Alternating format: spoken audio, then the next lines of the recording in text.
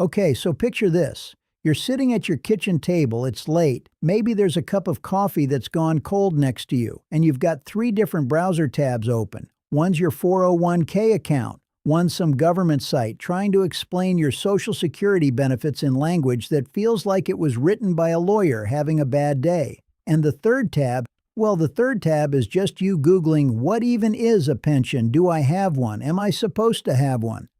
And honestly, you close the laptop a little defeated because it feels like everyone else has this figured out and you're just not sure where to even start. Yeah, that's basically everyone. I promise you that. My name is Steve and I spend way too much time thinking about money, specifically about why retirement planning feels so intimidating when, at its core, it's really just a handful of decisions made over and over again across a lifetime. I've talked to people in their 20s who are terrified they're behind, people in their 50s who suddenly realize they never really understood what their pension was doing for them, and people who assumed Social Security would just take care of things. Spoiler, it usually doesn't. Not entirely. So here's what we're doing today. We're going to untangle this question that honestly trips up more people than you'd think. 401k, pension, or Social Security. Which one actually comes first? Which one do you prioritize when you've got limited money and limited time and, let's be honest, limited patience for financial jargon? And by the end of this video, I want you to walk away not just knowing the answer, but understanding why the answer is the way it is. Because once you get the why, you stop needing someone like me to tell you what to do. You start being able to figure it out yourself. That's the actual goal here. So, let's get into it. Here's the first thing I want to gently push back on because I think it's where a lot of the confusion starts. We tend to think of a 401k, a pension, and Social Security as three contestants in some kind of retirement cage match, right? Like you have to pick a winner. But that's not really how they work. They're more like three different rivers that are all, hopefully, flowing into the same lake, which is your retirement. Social Security is the government-run river. It's funded through payroll taxes, it's been running since the 1930s, and for most people, it's not meant to be your entire retirement income. It was designed as a floor, not a ceiling. A pension, if you're lucky enough to have one, and fewer people are these days, which is its own sad little story we'll get to, is typically employer-funded, and it promises you a specific payout based on your salary and years of service. And then there's the 401k, which is the newer kid on the block, historically speaking. And it's the one where you are largely the one doing the saving, with your employer maybe chipping in a match if you're fortunate. So when someone asks which comes first, what they're really asking is, where do I put my limited attention and my limited dollars right now, this month, this year, to get the most benefit down the line? And that's actually answerable. It's just not a one-size-fits-all answer. It depends on what's available to you. Let's start here because this is the closest thing to a financial cheat code that exists. If your employer offers a 401k match, say they'll match 50% of what you put in, up to 6% of your salary, that's not a suggestion. That's not a nice to have. That is functionally an instant return on your money before it's even had the chance to grow. Think about it like this. Imagine someone stood next to you at work and said, "Hey, for every dollar you set aside today, I'll hand you an extra 50 cents. No strings attached." You wouldn't hesitate. You'd take that deal every single time. And yet, and this genuinely baffles me, something like a quarter of employees who have access to a match don't contribute enough to get the full amount. They're leaving money on the table. Actual, real money that is just sitting there, unclaimed, like a gift card nobody bothered to use. I remember talking to a friend, I won't use her real name, let's call her Dana, who'd been at her job for almost 3 years before she realized she wasn't contributing enough to get her full match. 3 years. When she finally did the math, she was floored. It wasn't a small amount. It was thousands of dollars she had essentially declined to accept. So here's the takeaway, plain and simple.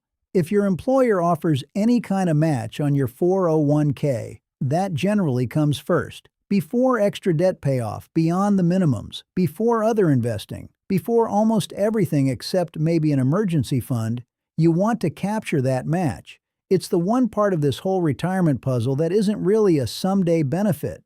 It's immediate, It's guaranteed. And once it's gone, once that contribution window closes for the year, you don't get it back. Now, quick honest aside, I know for some people, even getting to that match percentage feels impossible some months. Rent goes up, the car needs a repair you didn't budget for. Life just happens. And if that's you right now, I'm not trying to guilt you. This isn't about shame, it's about knowing where the priority sits so that when you do have a little breathing room, you know exactly where it should go first. All right, pensions. Let's talk about these for a second because they're kind of the quiet, old-fashioned uncle at the family reunion. Most people don't really interact with them anymore, but if you happen to have one, it genuinely changes your whole financial picture. A pension, generally speaking, guarantees you income for life based on a formula, usually something like your years of service multiplied by your final salary, multiplied by some percentage. And here's the thing that makes pensions so powerful. The risk sits with your employer, not with you. If the stock market crashes the year before you retire, your pension doesn't care. It's not invested in your name the way a 401k is. It's a promise, backed by your employer, or in the case of public sector jobs, often backed by a government entity.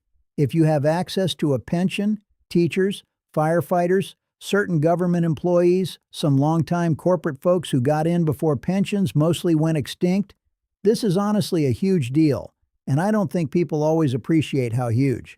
Because a pension is essentially doing a chunk of your retirement planning for you. It's like having a rock-solid floor built underneath you while everyone else is trying to build their own floor out of spare lumber. But, and this is important, having a pension doesn't mean you get to ignore everything else.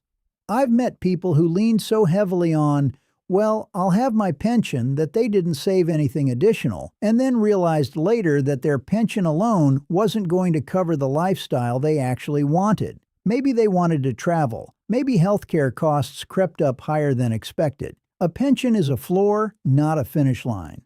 So here's the practical takeaway. If you have a pension, understand its formula. Actually, go find your HR department or your pension administrator and ask plainly, what am I actually going to receive and at what age? Don't estimate. Don't assume. Get the real numbers. Because that pension income should inform how aggressively or how conservatively you're saving elsewhere. If your pension is generous, maybe your 401k becomes more of a flexibility fund, a nice extra, rather than your entire survival plan. If your pension is modest, it needs backup, and that backup is your 401k and your own personal savings. Now let's talk about Social Security because I think this is where the most emotional confusion lives. A lot of people, understandably, grew up hearing, "Don't worry, you'll have Social Security," almost like it's some guaranteed safety net that will catch you no matter what. And to be fair, it is a genuine safety net. It's inflation adjusted, it's guaranteed for life, and it doesn't run out the way a personal investment account theoretically could if you're not careful. But here's the reality check. And I say this gently. Social Security was never designed to fully replace your income. It was designed to replace a portion of it, historically somewhere around 40% for an average earner, though that number shifts depending on your income level and when the program adjusts. If you're used to living on, say, $4,000 a month, and Social Security is only going to hand you $1,600 of that, there's a gap. And that gap doesn't close itself. You have to close it. There's also this whole layer of decision-making around when you claim Social Security, which people don't think about nearly enough. You can start as early as 62, but your monthly check is permanently reduced if you do. Or you can wait until what's called full retirement age, which depends on your birth year, or even push it out to 70, at which point your benefit is meaningfully larger because the system rewards patience. It's kind of like a garden that way. The longer you let it grow before you start picking from it, the more it yields. Claim too early out of impatience or necessity, and you're accepting a smaller harvest for the rest of your life. So does Social Security come first in terms of where you should focus your energy? Not really, because it's largely out of your hands day to day. You don't get to contribute extra to boost it the way you do a 401k. What you can control is your strategy around when you claim it, and making sure you're not relying on it as your entire plan. The honest takeaway here, Treat Social Security as your foundation, your floor beneath the floor, not your whole house. Build the rest of the house yourself. Okay, let's pull this together because I promised you an answer and I'm going to give you one, with the caveat that first here means priority of action, not importance of existence, if that makes sense. Step 1. If there's a 401k match available to you, contribute at least enough to get the full match. This is close to a mathematical certainty in terms of return. Nothing else on this list gives you an instant, guaranteed return like that. Step 2. Build some kind of emergency cushion, even a small one, so that a surprise expense doesn't force you to raid your retirement accounts early and get hit with penalties and taxes. I know that's not technically one of our 3 options, but it protects all 3, so it has to be mentioned. Step 3. If you have access to a pension, learn its rules inside and out, because that knowledge should shape how hard you lean on your other savings. Step 4. Keep building your 401k or an IRA, if that's more available to you, beyond just the match, because the tax advantages compound over time in a way that genuinely surprises people when they see the long-term numbers. Step 5. Think of Social Security as the quiet, dependable base layer underneath everything else, and make a deliberate choice about when to claim it rather than defaulting into it without a plan. None of these things are really versus each other. They're layers. And the mistake I see people make most often isn't picking the wrong one. It's assuming that having one of them means they don't need to think about the others. That's the trap. That's the thing that quietly derails people's retirements more than any market crash ever could. So here's what I really want you to take away from all this. Retirement planning isn't about finding the one perfect account or the one perfect strategy that solves everything. It's about understanding that you're building something layered. A floor from Social Security, maybe a second floor from a pension if you're lucky enough to have one, and then a roof and walls you build yourself through a 401k or IRA or other savings. No single piece was ever meant to carry the whole weight alone. And look, I know money conversations like this can feel heavy or distant, like they're about some future version of you that doesn't quite feel real yet. But that future version of you, they're going to be really genuinely grateful for the boring, unglamorous decision you make this month to bump your contribution up by even 1%, or to finally go ask HR about your pension formula, or to just sit down and actually understand your Social Security statement instead of letting it collect dust in a drawer. You don't have to have it all figured out today. Nobody does, honestly. Not even the people who seem like they do.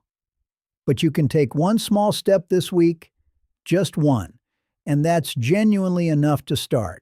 And thanks for spending this time with me. I'll see you in the next one.